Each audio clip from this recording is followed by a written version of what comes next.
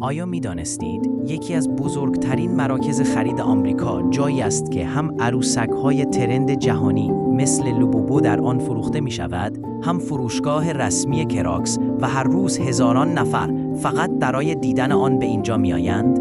امروز می خواهیم شما را ببریم به دنیای شگفت‌انگیز وودفیلد مال، جایی که خرید، سرگرمی و ترندهای جهانی همه زیر یک سقف جمع شده‌اند. از تا آخر ویدیو با ما باشید، چون احتمالاً چیزهایی میشنوید که قبلاً نمیدانستید. وودفیلد مال یکی از بزرگترین و معروفترین مراکز خرید ایالات متحده آمریکاست که در شهر شامبورگ، ایالت ایلینوی قرار دارد. این مرکز خرید بیش از 2,400,000 فوت مربع مساحت دارد و در آن بیش از 300 فروشگاه، رستوران و فضای تفریحی فعالیت می‌کنند. نکته جالب اینجاست که وودفیلد مال فقط یک مرکز خرید معمولی نیست. بسیاری از مردم آمریکا و حتی گردشگران خارجی فقط برای دیدن این مال به این منطقه سفر می کنند. وقتی وارد وودفیلد مال می شوید، حس می کنید وارد یک شهر بزرگ شده اید. شهری که در آن مد، تکنولوژی، سرگرمی و غذا کنار هم قرار گرفتند. در میان فروشگاه‌های مختلف این مرکز خرید، یکی از ترندترین و شلوغ‌ترین آنها پاپ مارت است. پاپ مارت یک برند معروف جهانی است که به خاطر عروسک‌های کلکسیونی خود شناخته می‌شود. این عروسک‌ها اغلب به صورت جعبه‌های شانسی فروخته می‌شوند. یعنی خریدار دقیقاً نمی‌داند داخل جعبه چه مدلی قرار دارد. همین موضوع خرید از پاپ مارت را هیجان انگیز و اعتیادآور کرده است.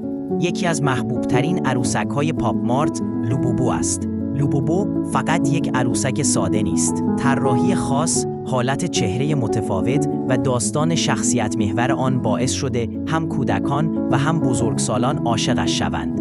جالب است بدانید بسیاری از افراد لوبوبو را نه به عنوان اسباب بازی، بلکه به عنوان یک کالای کلکسیونی و حتی سرمایه‌گذاری خریداری می‌کنند، چون بعضی مدل‌های کمیاب آن بعد از مدتی با قیمتی چند برابر فروخته می‌شوند.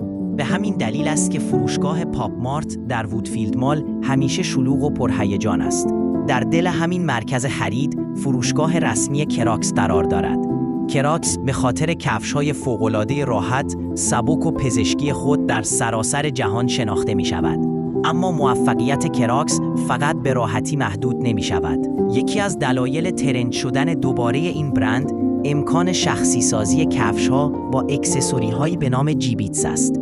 هر کس می‌تواند کراکس مخصوص خودش را بسازد و همین موضوع باعث شده کراکس بین نوجوانان، اینفلوئنسرها و حتی سلبریتی‌ها بسیار محبوب شود.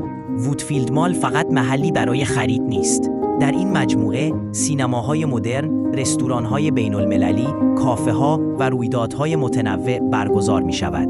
بسیاری از خانواده‌ها یک روز کامل را در این مرکز خرید می‌گذرانند. از خرید و غذا خوردن گرفته تا سرگرمی و ثبت عکس برای شبکه‌های اجتماعی. به همین دلیل وودفیلد مال به عنوان یک مقصد تفریحی و تجربه محور شناخته می‌شود. در مجموع وودفیلد مال جایی است که ترندهای جهانی مثل لوبوبو، برندهایی مثل پاپ مارت و کراکس و یک تجربه متفاوت از خرید و سرگرمی را یکجا می‌توان دید. اگر از این نوع ویدئوهای دانستنی خوشتان می‌آید، حتما کانال را سابسکرایب کنید و نظر خودتان را برای ما بنویسید. به نظر شما کدام بخش وودفیلد مال از همه جذاب‌تر است؟ تا ویدئوی بعدی مراقب خودتان باشید.